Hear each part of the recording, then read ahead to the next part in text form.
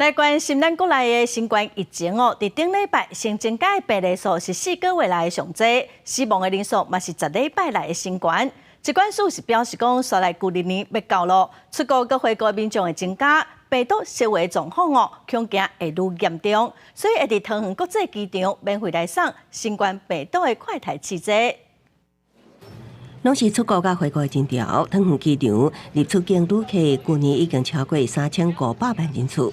今年有估上看4000万人次，随着福克岛疾病疫情升悬，桃园机场今仔日起免费发放家用快筛试剂。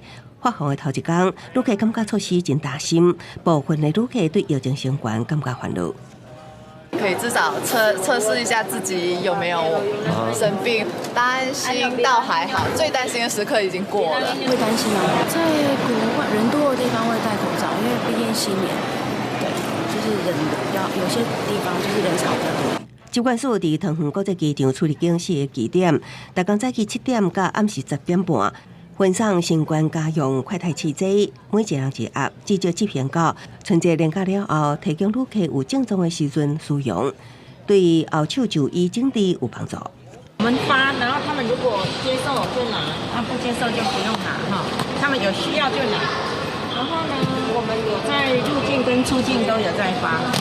根据疾管署统计，顶礼拜新冠本土确诊病例甲死亡数分别创下4个月甲10礼拜以来新高，有过1月中下旬达到疫情的高峰。春节连假了后，无排除各创高峰。台湾也针对新冠疫情升悬，提前伫国门备战。记者综合报道。